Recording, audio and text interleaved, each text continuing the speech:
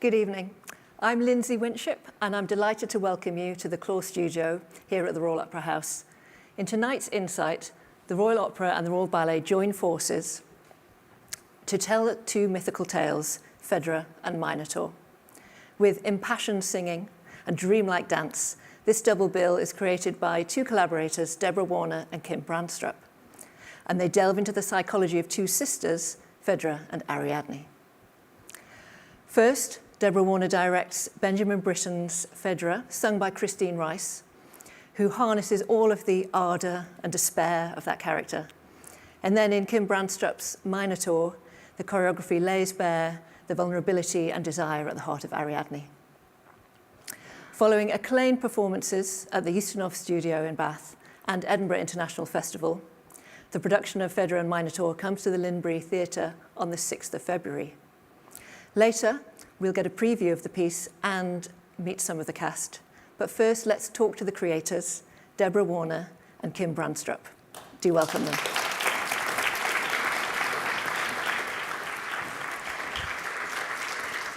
Thank you. Have a seat. Thank you, Deborah and Kim, for joining us. Well, it's not that often we see a sort of opera and ballet together. Tell me a little bit about the origins of the piece. I mean, I think the first iteration was on the Royal Opera House stage, wasn't it, in 2020? Yep, back in 2020. I think it was the first live performance in the main house, socially distanced, of course, streamed. I think we played to 800 people, a bill called 4/4, which was 4 short sung pieces, all perhaps leaping off the theme of loneliness. Right. We'd all been there. Yes, we had. And so why did you pick Phaedra especially? I was picked. I was asked to do it. Ollie Mears asked me if I would do it, and I think characteristic perhaps to my great failing, I very much about it. I want always to say yes to Britain, but there were very particular challenges. Shall I elaborate? Go on, yeah. Yes, tell me the challenges. I mean, it was Britain's last piece written for the voice. It's a 20-minute cantata. It was written for the concert platform for Janet Baker. And of course, the idea had been that it would be staged, so one had to find how to do that. I mean, there's no shortage of great drama in the piece, but to find a way in was my challenge, and I really worried about that. I was on holiday in Greece, so I worried on a beach, thought about Greek myth. Yeah, well, that seems like exactly the right place to be, yeah. Percolating the ideas, yeah. And and how did you decide to address those challenges? Well, I knew the beginning was going to be the problem. It begins extremely dramatically for a concert platform, but perhaps almost too abruptly for an audience in the theatre. So I thought somehow we needed to find something of a backstory that at least we can entice the audience in that way. And so, of course, the Minotaur was the half-brother of these two sisters, but Phaedra's half-brother. And so he was, strangely, a stepping off point, really. His head's behind me, I think. And we found a way of placing her in a limbo, almost as if she was telling her story, which she tells so brilliantly in the piece, but from the other side. So she finds herself at the start of our evening crawling almost into a labyrinth. And in that space, she finds parts of her story. He being one, a shrouded and covered other being another. And then a chair, she pulls a cloth off, and there's a pair of her wedding shoes, because of course her whole story begins on the day of her wedding. She turns away from her husband's gaze for a minute, Theseus, and looks straight into the eyes of Theseus' son and falls desperately and overwhelmingly in love. Those Greeks. Those Greeks. And so when you were appointed artistic director at the Eustonov Studio as part of Bath Theatre Royal, isn't it? Yeah. And so you decided to revisit Phaedra there and expand upon it. Yeah. So I took the job in 22, and part of my plan there was to program opera, theatre, which had previously just been theatre, dance, and also classical song. So I had ambitions really to do classical song cycles, but of course there are only so many of those. Winterreise I did in the end. But a lot of the songs that I wished to present there were really round about this length, 22 minutes. And I realized I couldn't do that, and I couldn't offer that as an evening. And so I suddenly thought, well, hold on, let's make a companion piece to this wonderful 22 minutes. And that is when I asked Kim, I think I said, would you please make a new dance piece called Minotaur? So the title was forced onto Kim, which is perhaps unfair, because it should have been called Ariadne. But never mind. Oh, It's a very good title. Right, yeah. And so what did you think, Kim, when you were approached with the idea? Well, what did I Bad think? I think one of the nicest things about the project was that there were so many constraints in the way. Partly because I don't know if you know the Eustonov Studio Theatre, but it's probably 1/6 of this room. Yeah. I mean, it is a tiny, tiny stage. And Deborah also said you can only have 2, maybe 3 dancers. And it has to be based on the Minotaur. And in a way, I sort of thrive with constrictions, so I had to find a way of doing it. And I think what was the nice thing for me was, because it's so small, you can really see the detail of the dancers' faces and the subtlety of how they move. And I think that is really interesting. I think there is a great subtlety in how these wonderful dancers move that you don't always see, because they try and project it out big in a theatre. And in this particular kind of situation, something new was possible. And I think that's what we explored, and it was really nice. And so when you were given this title, Minotaur, what was the maze of thinking that led you to? Well, I shifted it over to Ariadne right away. For some reason, I felt that was important. And then, because I was sort of around a little bit when Deborah did Phaedra downstairs, and the geography of that was that Christine and Phaedra was over here, and down there was a sheet with somebody covered underneath that was incredibly full of anxiety and guilt and ambiguity. So I used the same kind of tension in the room. So we had the Minotaur here, and we had Ariadne on the bed. And the whole thing is her tension and guilt in relation to that her brother was really killed because she helped Theseus.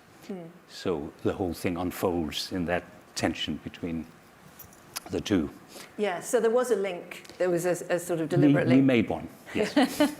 Well, or there was an inspiration. Yes, no, absolutely. Yeah, because it's, how a double bill works together. They don't have to be related, they don't, but they're companion pieces, or they can be, very cohesively linked. Where do you fall? Somewhere in the middle? I think we wanted them to be very different in a sense. I mean, stepping off point's one thing, but I think for me the thrill of the evening was that you were moving from 2 disciplines. It's very exciting to be in opera, which it certainly is, cantata as it may be, but it has the scale of a full opera. To move from opera to dance in the space of 55 minutes is very thrilling. I mean, I'm not sure that these shouldn't be the pairings, I think often double bills are strangely made of the same material, and although the same material here is the myth, they are very different events, and I think that makes for a terribly exciting evening. And they change visually very much. I mean, one is very bright and white, at least by the end of the evening, and then suddenly one is in something very dark and very rich with a great red streak. So, and of course in this tiny theatre in Bath, the scene change between the two was one of the events of the night because they'd never done such a huge change. And actually it'll be interesting also in the Limbury. Yes. Well, tell us a little bit about the sets. Anthony MacDonald did the designs, is that right? Yep. Yep. Well, it's terribly minimal, my piece. It really is all about the very great Christine Rice, who is our performer, and it is about a single person. I mean, so all the focus is on that. Yes, I have a beginning that is a bit bolder, but it's a very spare event. There's nothing spare about her story. No. I mean, is that why keep the staging very spare? Because all of the drama is in the song? Yes, and I mean, it isn't a drama in the usual sense. I mean, she is telling us her story, but I think Britain has made it so dramatic, so remarkably so. I mean, it does something extraordinary with time. It may be 20 minutes, but you would have no idea at the end of it how long you'd been there. And that's another brilliance, I think, of what she does. Yes. Kim, when you came to make your work, were you looking at Phaedra? Were you deliberately making a contrast? Did you take anything from it? No, not deliberately, but of course it's a different language. And I think, I mean, I was just thinking when we talked about the music, I think one of the things, especially in looking for the music that I was interested in, was to find, I mean, very often there's a kind of purity to our concept of Greek myth, or and I think in Britain there's a formality and a sparseness and a precision in the music, and I thought it would be interesting to try and find something slightly different. And I thought, I mean, not just Greek, but I thought also the Romans. I mean, they went all the way up around the Black Sea, and I thought that there's this sense of Romania, this Armenia, this, you know, even southern Russia. There's a kind of quality in that music that probably would have been present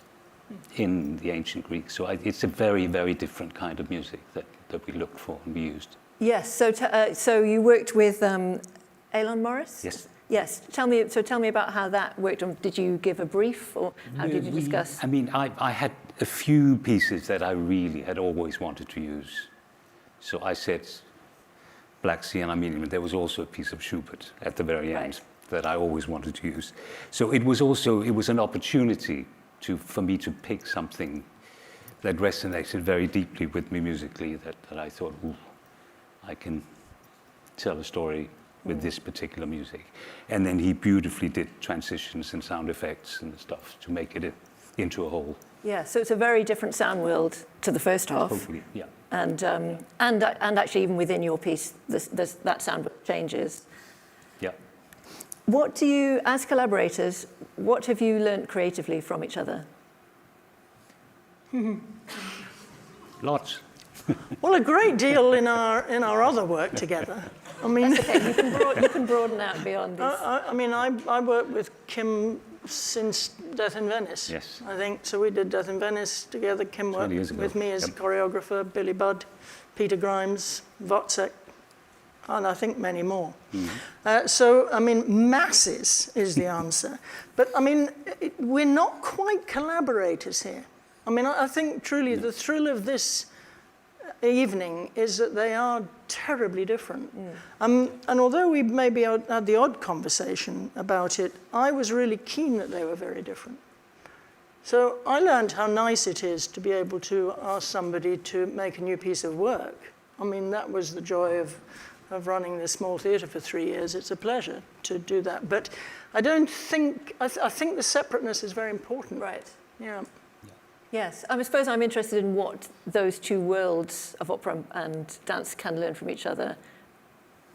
Well, I mean, he's taught me to like dance. Right. I mean, To like it. Yes, Yeah, when I first met that's Kim true. and said, would you You please help me you with didn't Death in want the Venice? choreographer. I said, I hate classical ballet, which was not a very kind thing to say to anybody, really, I now realize, but I thought we should begin there. And he's tolerated me remarkably. Well, I mean, I suppose what I love is that we're all part of the same thing. We're all part of the same pursuit for truth and trying to lay bare the human soul, and that's why we all go and see opera or dance or theatre. I mean, and I suppose this little brief of mine at the Ustanov was to try and say, look, it's all theatre, it doesn't matter what name it comes under. That's the point, really, truly. What do you think, Kim? What have you taken the other way? He's learnt nothing from me. I mean, it's 20 years we've been working together, and He's I mean, patient. yeah, no, but it's nice. I mean, we have a very mutual respect for each other's work, and I'm very grateful that Deborah asked me to do these pieces, because it was, you know, I did 3 in the end. I did Echo and Narcissus Yes. and Metamorphosis, and I found something in myself, and I maybe also think Deborah did, because we work now on such a big scale when we do these operas or when we do ballets. It's on a huge scale, but we both started, you know, in very small little theatres with, you know, you work with Fiona, I worked with a small company that was my own. You know, it had an intimacy and a detail, and we had a shorthand with the performers we worked with that made it possible each time to go much further than you sometimes are when you come into a big house with a big chorus. You just have to deliver. And I think that's going into the detail and working, that's something we share and we do together and separate, and we respect in each other. The great thing about true collaboration really is, you know, the prompt, isn't it? You're prompted by the other to do it better, really. You mentioned, Kim, that you then went on to make 2 more sort of companion pieces, I suppose. Yeah. Would you say, also based on Greek myth? Just tell us a little bit about those. Well, one was based on Cupid and Psyche, and that was with Matthew Ball and Adina Guccigaru. And then the last one was Echo and Narcissus that I did just a few months ago. I mean, 6 months ago. Yeah. Yeah. So you took the theme and ran. Really. I sort of did. Yeah, I found something, and I think, I mean, I'd love to actually put them all 3 together in some configuration sometime in the future. I mean, what is it about these stories that keeps us coming back again and again to them? I mean, I think the wonderful thing is that when you work in dance and you can't speak, the fact that we do know the basic geography or the basic tension of in these stories. They are very simple situations, and as soon as you say that's it, you know, if it's Orfeo and Eurydice, if you do this, you know, any gesture becomes very clear, very clearly, because you know the context, and it is a shared knowledge that we all have. Deborah, what do you think? Why do we return again and again to these Greek myths? Because they tell us who we are, really. Again and again and again. They're the best stories. Shakespeare used them. We've all used them. What in Phaedra appeals to you, or? The emotional scope of it. Do you mean the story or Britain's piece? Well, actually both. The story first, and then tell us about the Britain. Well, the emotional scope of the story. I mean, this woman's terrible story, which could be anybody's story. I think with Britain, one is just struck again and again by his astonishing compassion and humanity. Almost like well, very much like Shakespeare. I put them often in the same sentence. They really understood everything about human nature, and everything is there in these strange 20 minutes. It's uplifting, it's terrible, it's moving, it's so very human. But we also have two very serious collaborators who you're going to meet later. So Richard Hetherington, who has been with this from the start when it was here at the Opera House, and will play the piano this time for the Limbury, and Christine Rice. So. Yes, we're going to speak to them later. I mean, tell me what it's like working with the two of them for you. Heaven. Heaven, inspiring, heaven. It's been a long journey now. I mean, this is the fourth outing. Christine's astonishing ability to change it all the time. We have a new ingredient this time. One of the figures underneath these white sheets at the start of the piece is very new and very different. This would be a spoiler to speak too much about that, but prompts really a different performance from Christine, and she's more than capable of responding to something new like that. So, I mean, her level of truth is devastating. Best two. Well, it's exciting that the piece retained for you and the performers that intensity or the interest, even 4 productions down the line. Is that just a testament to the music? Yeah. In the case of Phaedra, it really is. Yeah, I mean, I think, one doesn't want to speak about the true lives of composers, but he wouldn't have known it was the last piece that he was writing for the voice, but it's as if he wrote a last opera. I mean, it is that remarkable, poured into this 20 minutes. So it's a privilege because you do feel you're touching something that's far beyond 20-minute length of a cantata. It has the scale of an opera. So Wow. It feeds and feeds. Yes. Well, in a minute we're going to hear a little taster, but first of all, may I say thank you very much to Deborah and to Kim for speaking to me.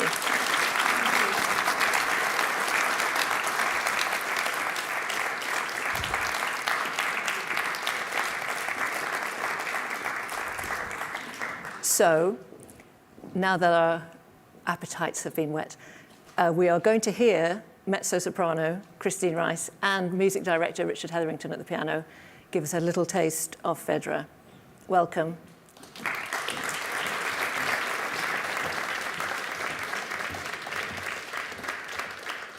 So we had quite a long discussion about whether it was even possible to do any of Phaedra in this context, because it is this dense 20-minute experience.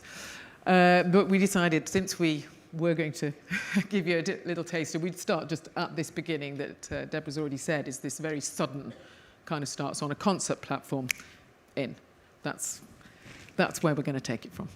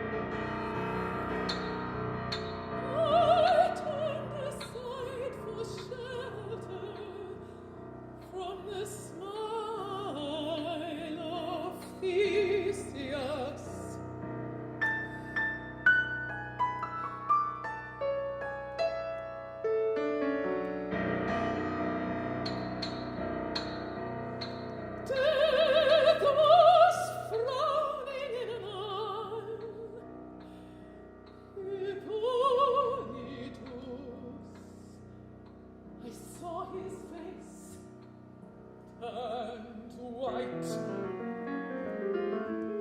My lust and dazzled eyes saw dawning night. Capricious burnings flickered through my bleak, abandoned flesh. I could not breathe or speak. I faced my flaming executioner of Aphrodite, my mother's murderer.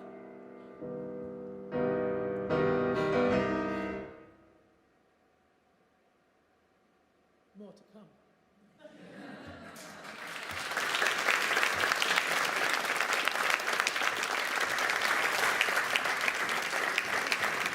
Thank you. Thanks, Christine and Richard. It's very tempting, you know, you get the opening and then you just want to hear what comes next. I suppose that's the idea, isn't it? As you said, it's quite difficult to really give a sense of the whole piece, just giving a small extract. It would spoil it. You know, you have to come, you've got to be immersed, you've got to live it with me. Yes. That will be the most rewarding way for you to experience this piece. Do you feel like you're living it anew every time you perform? I think it's, because it's 20 minutes, the swiftness of the emotional changes and the thought processes, it's no good if they're kind of absolutely pre-prepared. It's got to kind of spring each time the brain is doing something new, listening again, being fresh, looking at what you're presented with, responding to it, and it's a testament to how extraordinary this cantata is, that you can keep kind of reinventing things. There's so many different layers, and you can choose at different times to invest or not. You can play with it. Yeah. You can play with it. Yeah. Because if you've changed how you say the previous line before, it will then immediately change what you're next going to do. Right. For those who don't know it, can you just tell us sort of what happens in the cantata? Yeah, well, Sum up. as you know, she introduces the story. She says, it was on my wedding day of all days that she first sees Hippolytus, and really then it's a kind of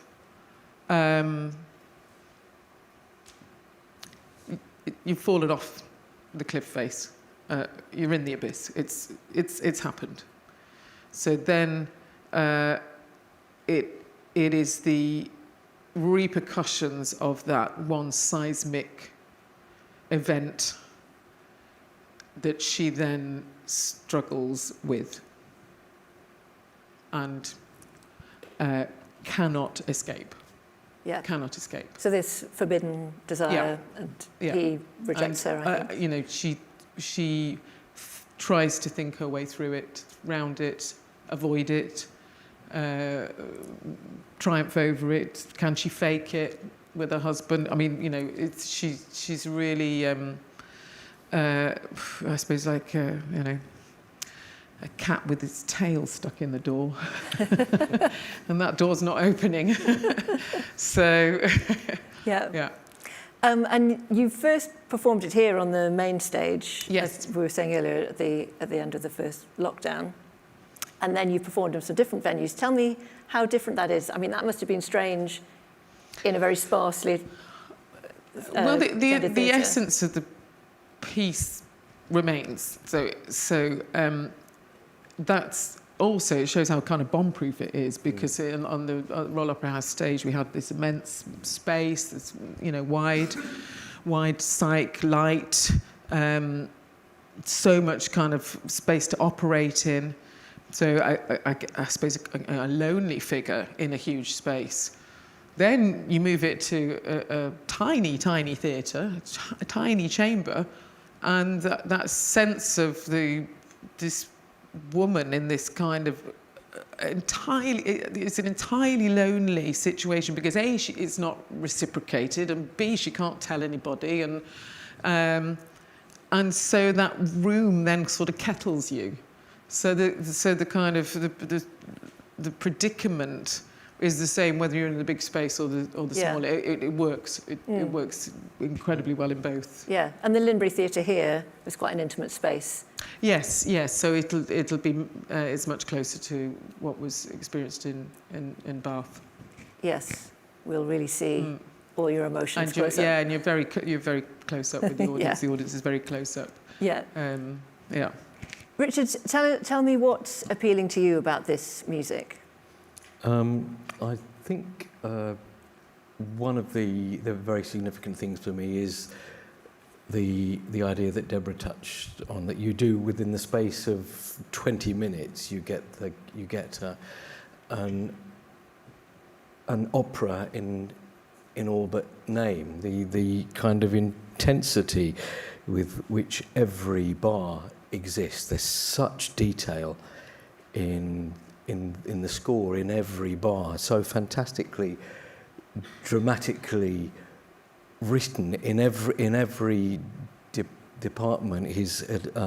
Britain's attention to the detail of the text will always feed your imagination and inspiration. Just quite incredible writing, you know. And I mean, one can take as an example the very beginning, a very typical Britain kind of device where he has a pulse continuing in the piano or in the orchestra in the other version, and he writes Phaedra's lines, quite specific rhythms, but in a free recitative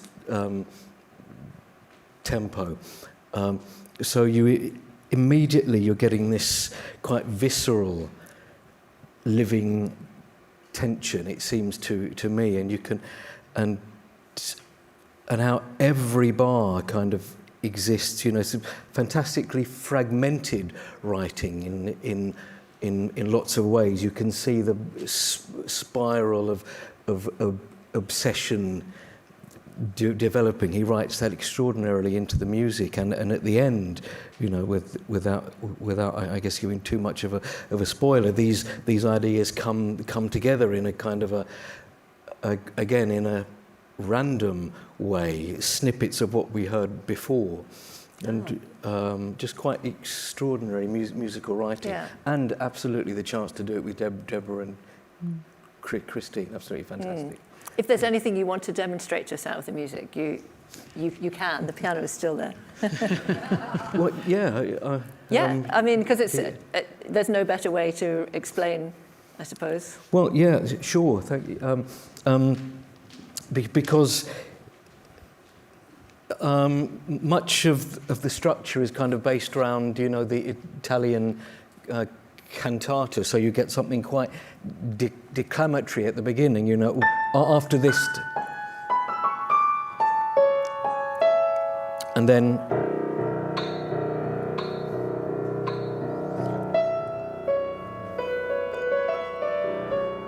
get this section which we just demonstrated, and then death was frowning in an aisle. Hippolytus, I saw his face turned white.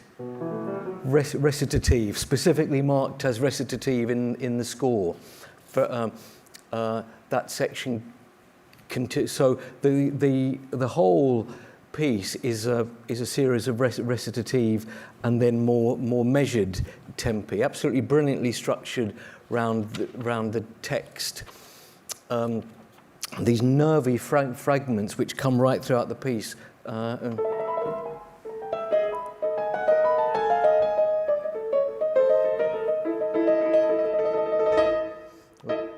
Everything is so so detailed, harmonically, rhythmically. There's a whole probably 45 seconds, which is nothing but rhythm, nothing but rhythm.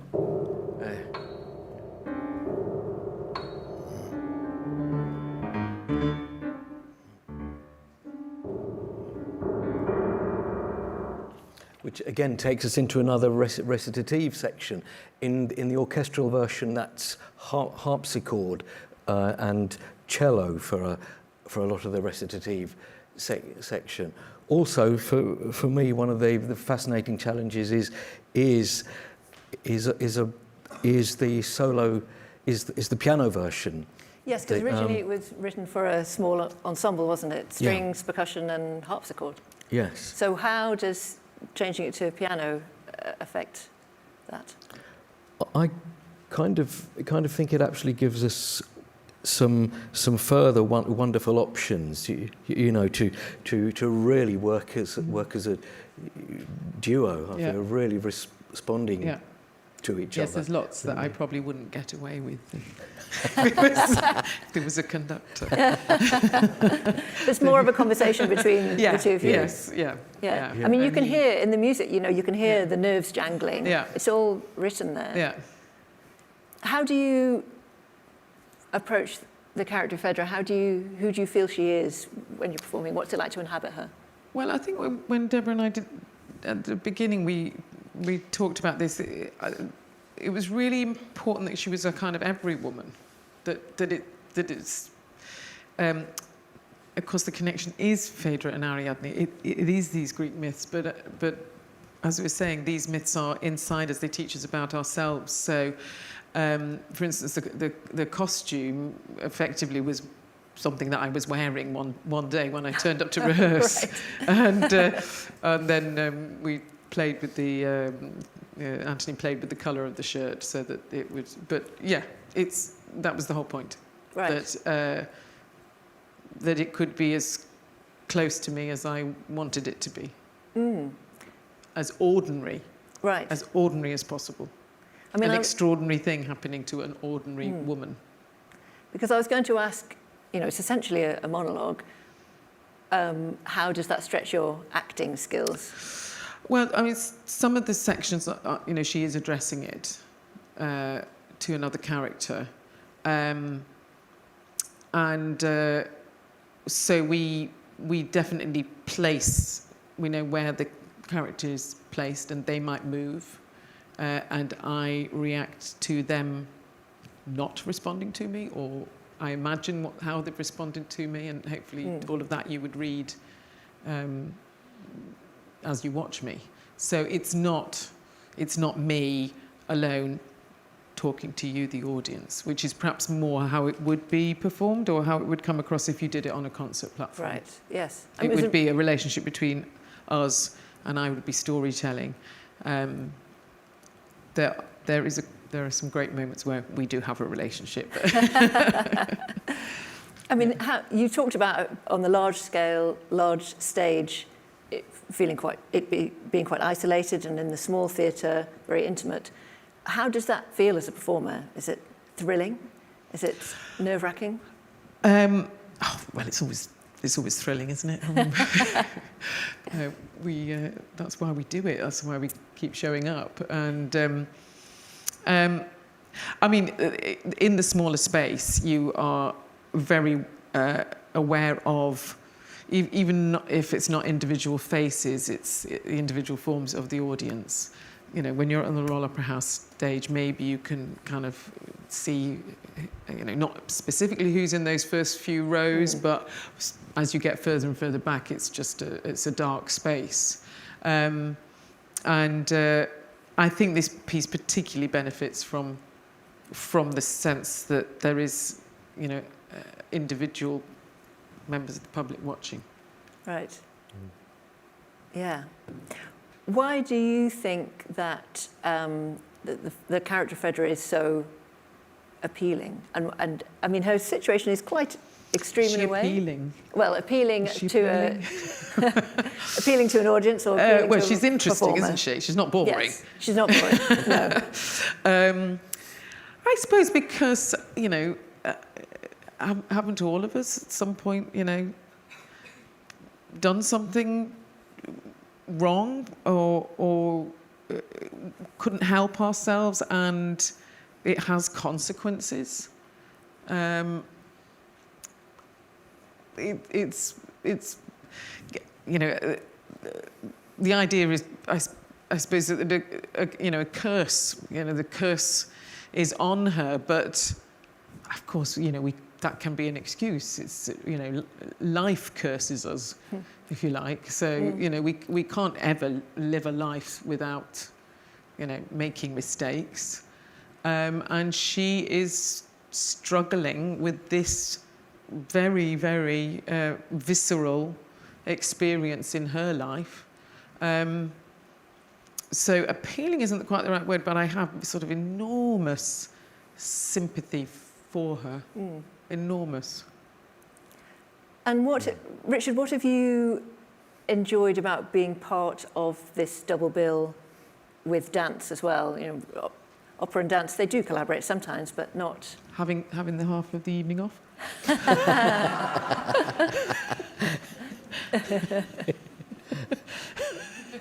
Down the pub earlier? Yeah, exactly. Yeah, there you go. Well, I think, getting a chance to watch them work firsthand, incredible level of discipline and a very different discipline, like Kim was saying, a very different language. And so moving. The Minotaur is absolutely amazing. Yeah. Absolutely amazing. So I think, you hope you're doing a good job. You hope that, you're worth the ticket money.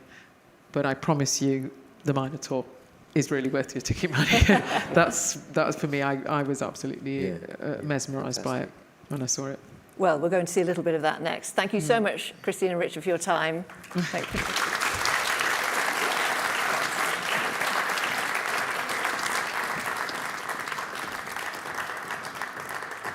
Well, that was wonderful to hear Christine sing and Richard explaining on the piano. I really enjoyed that. Now we're going to turn to the second piece, Kim Brandstrup's Minotaur, and see a little bit of the choreography of Ariadne. So when all our stage business is dealt with, we're going to welcome back to the stage Kim Brandstrup, and this time joined by two dancers, Jonathan Goddard and Kristen McNally.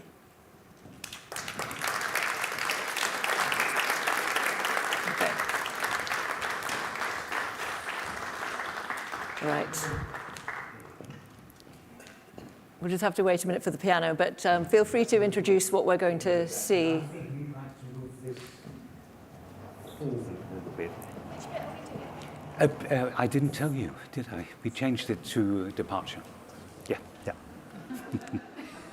Whoops. No, we've been rehearsing a lot, and we have two casts. So Kristen's first cast and Isabel Lurbach is doing second cast. That means that Jonathan has to do a lot of rehearsing, and there's a lot of lifting. So he's been working since 12 o'clock today. So I thought we will do a slightly gentler section called Departure, which starts on a bed and ends on a bed, which I think would be good. So this is the situation. Is the departure? It is after Theseus has seduced Ariadne, he leaves her, and this is the situation of him gently trying to slip away, and Ariadne slowly realizing what's happening. I thought what I'd like to do is that if we just start at the beginning, we'll do a little bit with music, and then I'll stop, and then we'll go through things just to get a feel of what it is, and then we can go through it and then do it in its entirety at the end.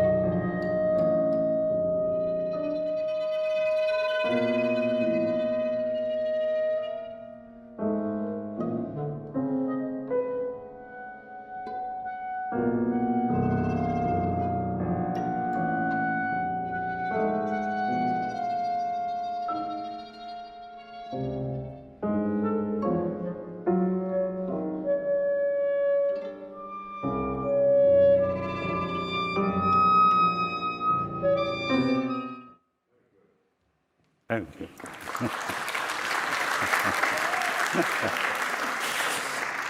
Good. No, I think we should go. I mean, what I said earlier about the space of the Ustinov, I just loved the fact that we were so close. And I think one of the things we worked at, especially at the very beginning, was even if you could possibly see the breathing of them. So I think what we worked on very much was this little rock at the beginning that you think of breathing into the rib cage, and you just do a tiny little rock from side to side. And then I think it's also this particular quality of when you're half asleep and you just sense the other person there, whether one could get that feeling. So if you just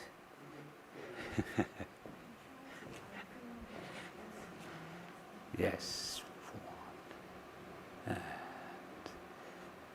breathe in, two. Good, good. Good. Okay. But I think, so if we go to the, actually when you start moving, I think that's, so, good. So again, I think the difficult thing is all this thing that this thing when you're asleep, you take somebody for granted. There, come on, let's. Okay, so it's the longer you can keep that kind of quality. That why is he moving? And Jonathan, all you do is you just want to put distance to her.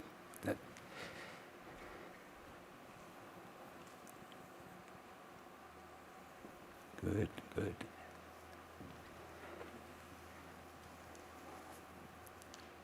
Ah.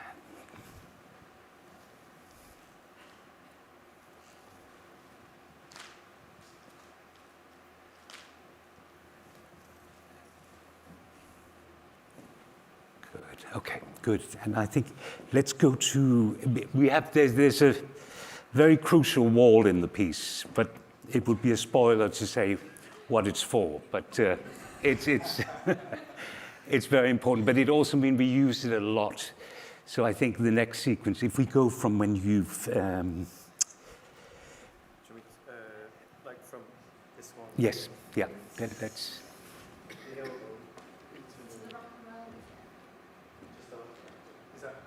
Yes, I think the coming down. Yes, yeah.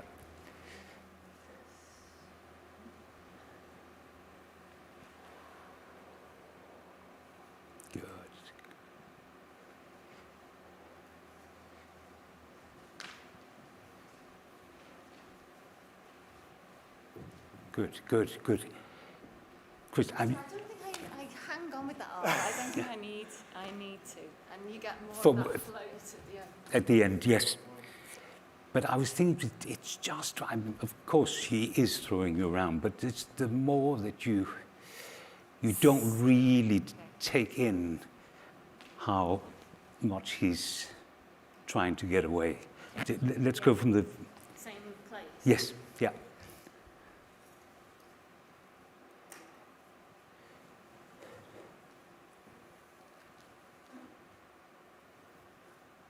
Good, good. And yes, and so it's even, you can be slightly slower, so you're just trying to hold him back. Yes, good. And then he'll whip you across. Yes. Fab, fab.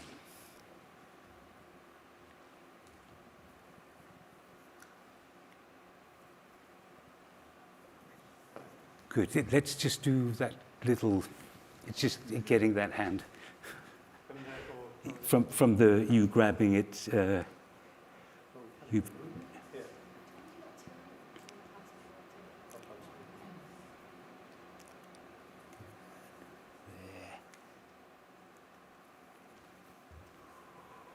So I think, Chris, can you go get onto it a little bit sooner, a little bit quicker? There. So, yes. There. Good, good. Yeah, yeah. Ready.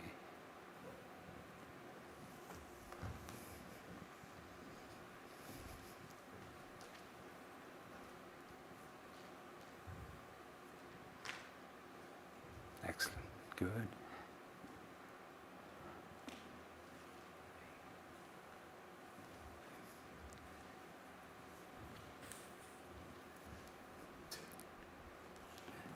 Good. So, Chris, excellent. It's you reacting a little bit quicker to when you come in once he shifts sideways. So if you go from when you touch the head there, and I think Jonathan, if you go to the side and then shift immediately, so you go one and go. Yes, good.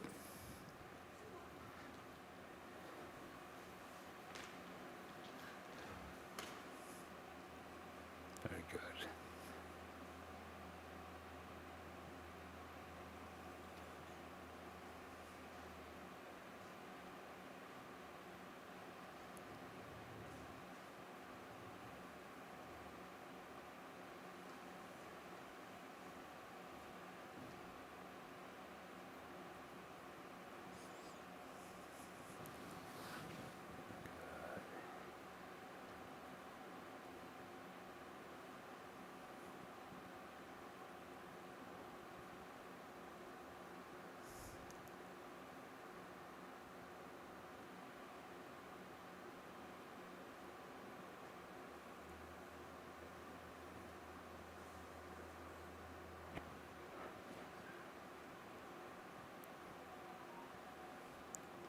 Good. Okay, very good. I think the important thing is that, Jonathan, you don't take her in at all. I mean, it is sort of the most humiliating, and you're trying not to see that he's not interested at all. So I think I would even maybe raise the gaze slightly, so you just do the sitting when you.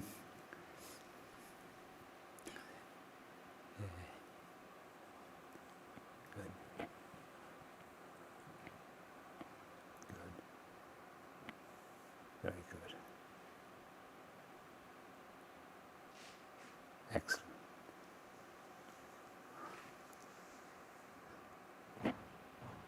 Maybe even look away this way, Jonathan. Yes, yeah. That's better. Good.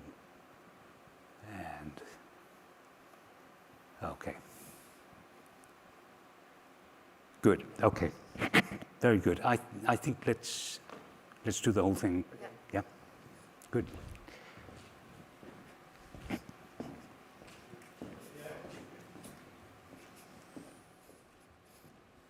Actually, move it a little bit further down so we can. That's good.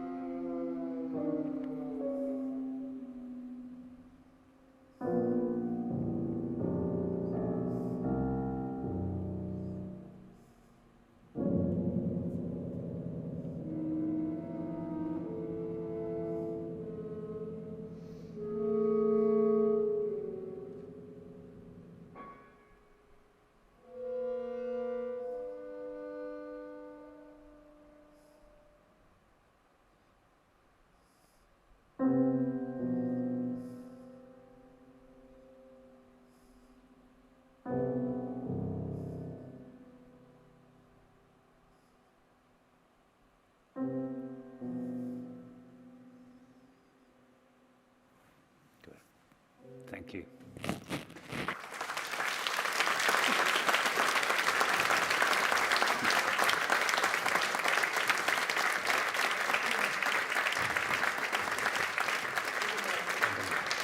Because you didn't have the wall.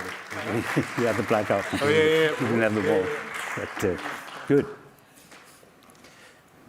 Great. I'm going to give you these mics. I don't know if you want to have a drink of water first. Get yourselves ready. That was wonderful to see. So brooding and unnerving. I got a shiver down my spine. Kim, join us, and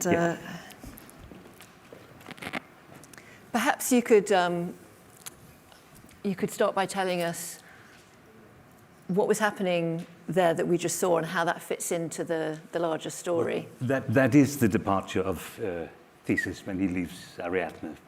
So he seduced her just after he's slain the Minotaur, but then he leaves her immediately after.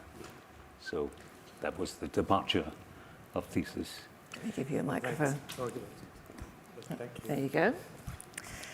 But that's just one section of the larger piece. So Yes. So tell us. It is in 5 short sort of situations. So the first one is the combat, which is suggesting the situation, the slaying of the Minotaur, and we have the Minotaur head, which is present throughout the piece, downstage right, and Kristen feeling the presence all the time, the guilt that it was her brother, but she betrayed him. So then we have the seduction, which is Theseus seducing Ariadne, the departure, which we just saw. Then we have the lament, and then we have, and this is again the spoiler, a Deus ex machina. There is a kind of happy ending, and all I can say is Dionysus has watched from above and comes. Yeah, you mentioned the wall, but you don't want to say anything more. Yes, of course I can. I mean, we have a beautiful dancer called Tommy Franson, I've worked with for many, many years, and he's very good at wall climbing. And when I saw the space in Bath, I did think, because it's very small, as I said, but it's quite tall, and I thought it would be fabulous if he came from above, actually from the grid, and climbed down the wall to save so the backdrop Ariadne. is a wall. So it is a holes. climbing wall, and he will be on it. I mean, arriving from above. that's a great way of using, you know, you were talking about having these restrictions. So you have a Yes, small space, which yes, can be yeah. difficult for dance, but that's a really imaginative way Absolutely, and it of was- expanding the space. Yes, because if he'd come through a door, it wouldn't have been. Nowhere near as good. So, So, I mean, the mood of that piece feels quite different. The mood of the whole piece, not just the bit we Yeah, saw, feels yeah. quite different to the first half of the double bill Phaedra. Did you consciously? It does. In Phaedra, we really the drama is, you know, it's this sort of deep, passionate drama, and it's sort of, well, it's a moment of crisis, really, I suppose. Phaedra. yeah. But this feels very different. Was that intentional? Yes, I think it was. I mean, again, when I was saying earlier, the intimacy of the space, and I mean, I think this duet, I mean, this sort of pathos of how she tries to hold on to him is very painful, and sometimes it's making something that is that delicate and awkward, and see if you can get away with it. And I think a lot of the things in this piece is trying to make things that are quite small, and hopefully that they read. Because Jonathan, you've been involved since the beginning. Yep. So tell me a little bit about the creation and how it was in the studio.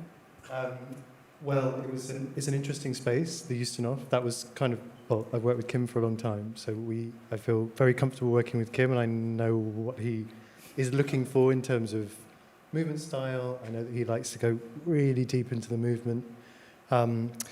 I didn't know how we were going to be able to do it in the Ustinov. When I got there, I was like, oh, this is like my front room. So for dance, you're kind of like, oh. And then actually, I think, well, I don't know, did you feel the same? It's like performing there, and when we were there, because it was a small auditorium, we did quite long runs. I mean, not for like West End performers, but we did 2 weeks. So it's quite intimate, but lovely to be that close to the audience. Yeah, very intimate. But what's so magical it felt about that space is that the more you spent in it, it got kind of bigger. It's magical there, like, because I thought, how am I going to do anything? Like the foot's in the first row, and Am I going to bash into the walls? it's a really beautiful space. And like Kim said, I think because a lot of Kim's work is so intimate, and what's beautiful about performing it is that it feels so real. And even though I'm being a character, sometimes when I find characters, you're always finding things from within to play a character, but I am very much just being me inside this, which is so beautiful in lots of what you make, Kim. I kind of always feel so real within it. I'm not almost, you lose Ariadne, and it's to start in the Ustinov was a beautiful space to play off that, to be very real. How did you talk about the character Ariadne between you when you were thinking about how to embody her? I guess to begin with, we didn't speak much about it. It was more, I think at times in your life, it felt like this piece came along when lots of the things that it was tackling were things that I was going through at the time, and it kind of felt like it had come into my life at one of those kind of special moments, which sometimes do. So now it's interesting because that was how long ago? Maybe three years ago. Nearly 4 years ago. To see that from a distance, to get inside it in a different way is really, I think I was watching a program the other day about Pompeii, and I was thinking it's sort of similar in some ways, that I think we trust Kim has worked on these ideas so much that it's almost, when I saw the sort of tourists wandering around these like frozen moments, that it kind of feels like that to me in the studio. It's like I'm not playing a character, like you say, I'm sort of playing myself, but I know that in the end I'm playing an echo of something. And right. I trust Kim to just kind of keep pushing it, so I don't... it's like Pompeii, I trust that it's in the space already, and I'll just become that echo, and then if it's too much, Kim will... Right. But I try not to... But I think, it's not forcing it out. Yeah. I think there's only so much you can do in dance, and I think the thing is you have to find within these dramas that you reduce it to a situation, a separation. He wants to put distance to her, she wants to hold him. And I think if you can find the right color for each of those situations, if you put 5 of them together, they will tell a story. Yeah. You will try and find what causes one thing and what causes the other. So I think it's more that than talking about motivation and character. That's a really interesting point, actually, realizing that there are some things dance does very well and some things it does less well, Yes.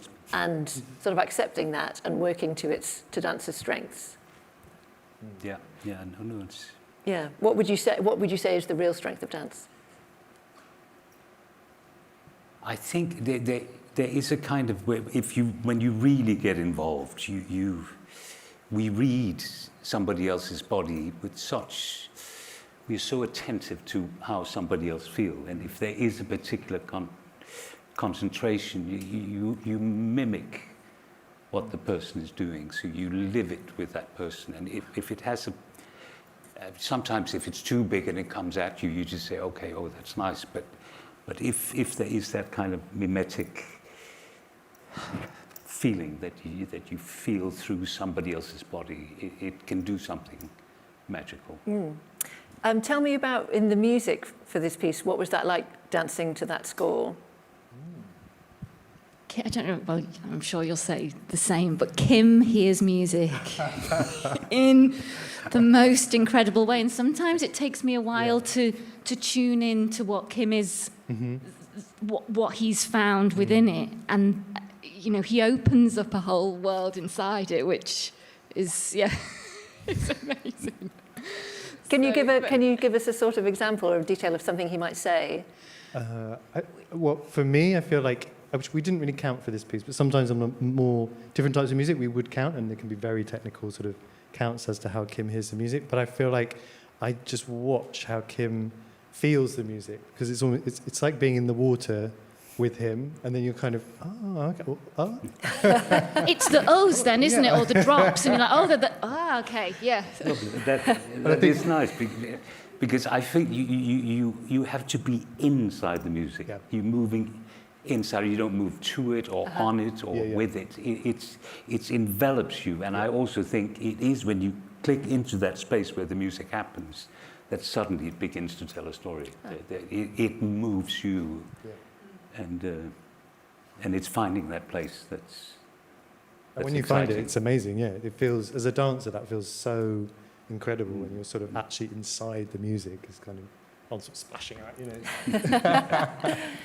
Kristen, many people will know you as a dancer at the Royal Ballet and will have seen you on the big stage and seen your own choreography too. What do you enjoy about being part of a smaller, more intimate production like this? I mean, it brings so much to me, and it brings so much working with dancers Pleasure. who aren't part of the company, because just watching, just feeling, there's just a very, different ways of moving, of feeling things, which it kind of expands what I can kind of offer to, and it's a joy to work with other artists. So that's gorgeous, and obviously Kim's. And finally, we touched on this with Kim earlier, but what do you think makes Ariadne's story so compelling, and what makes these tales so timeless? I think, like Kim said, you can distill her story to, like the first duet feels so charged with different emotions, and it's feeling them all come together, and some of those opposing emotions are so close in life that when you kind of try and tackle them all at once, like you say, the pity and the guilt, but charged with kind of that passion and the love and the kind of the hope for leaving in a different future. I think she, in this one thing, feels and tackles so much that it's a challenge, but it's a really full character. Jonathan, why do you think these stories from the Greek myths are so enduring? I think they're so archetypal. Like I feel we were talking about it today. Like I had to answer a question of what's the motivation of the character, and I was like, oh, he's an adventurer. And it's just, it's so archetypal, and I know what that is for myself. I know what, no judgment on that character. I think I can relate to it now, they can relate to it then, and also the stories, just the swerves in the stories and the kind of, the rawness of it, I think. Yeah. I wish we had more time to talk, but we don't, I'm afraid. Thank you so much for joining me, and good luck for the performances next week.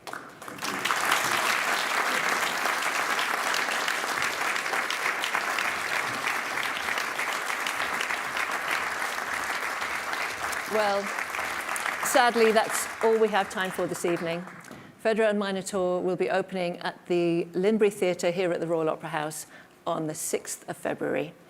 All the details for tickets are on our website. It just remains for me to thank all our guests this evening, the studio audience here in the Claw, and everyone watching online. I hope you've enjoyed this insight. Good night.